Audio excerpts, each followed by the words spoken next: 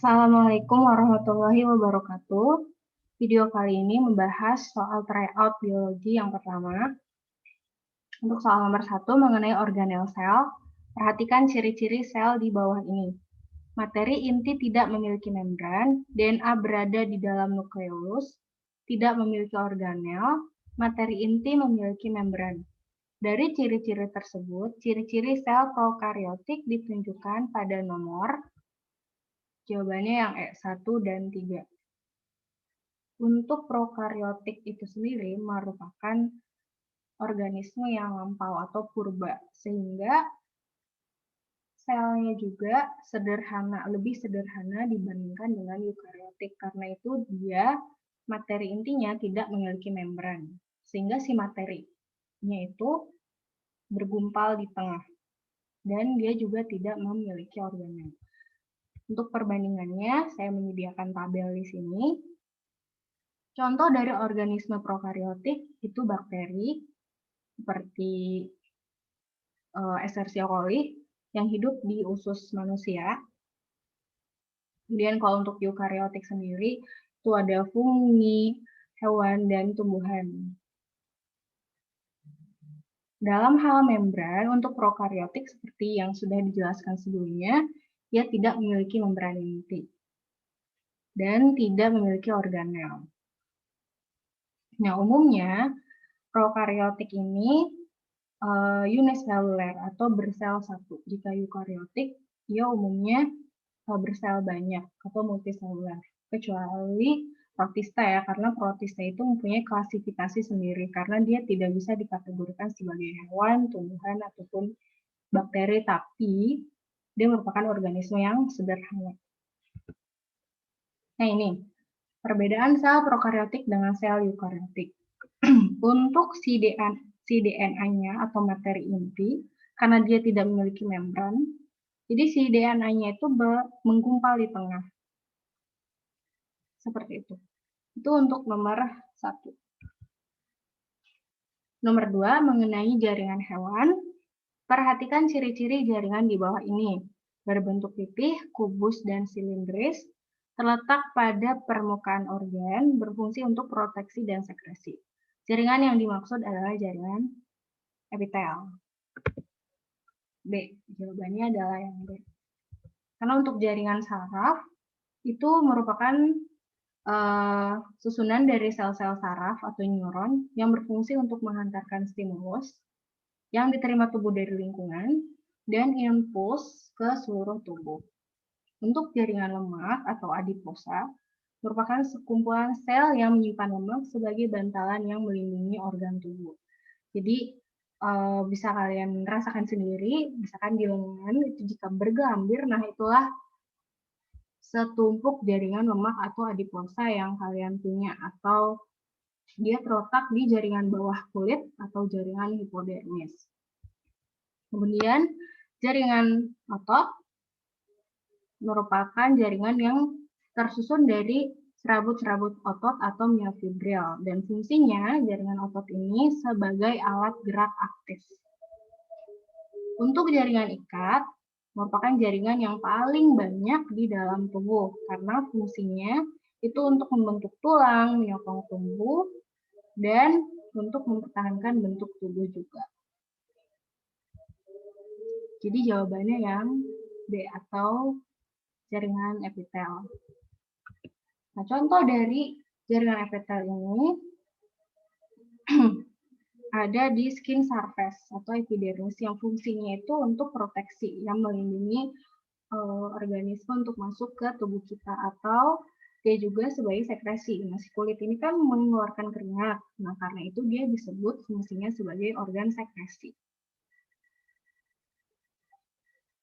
Selain itu, di tubuh kita ada jaringan nerve atau saraf, ada muscle tissue atau jaringan otot, dan connective tissue atau jaringan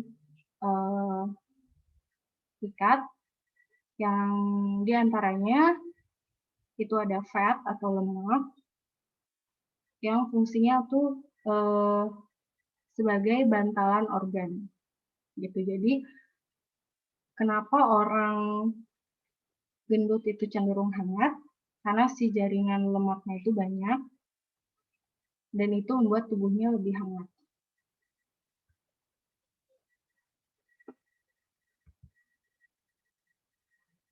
Nomor 3, mengenai jaringan tumbuhan. Jaringan dasar atau jaringan parenkim pada tumbuhan hanya terdapat pada bagian, jawabannya yang E, semua bagian tumbuhan.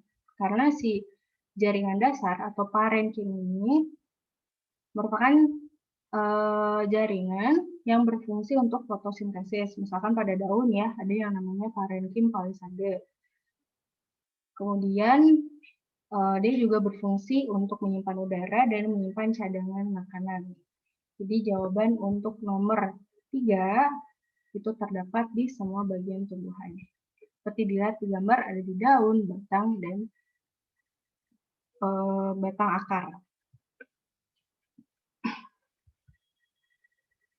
Untuk nomor 4, apabila seseorang meluruskan tangannya, maka mekanisme yang terjadi adalah ini mengenai gerak sinergis dan antagonis.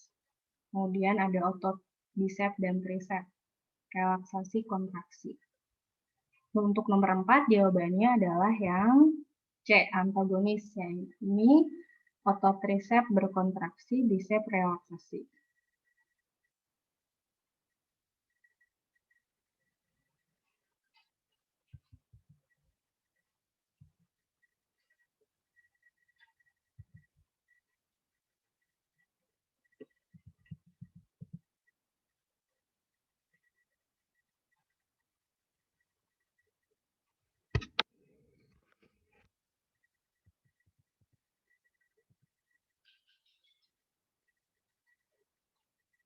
Ini ada gambarnya mengenai otot antagonis dan otot sinergis.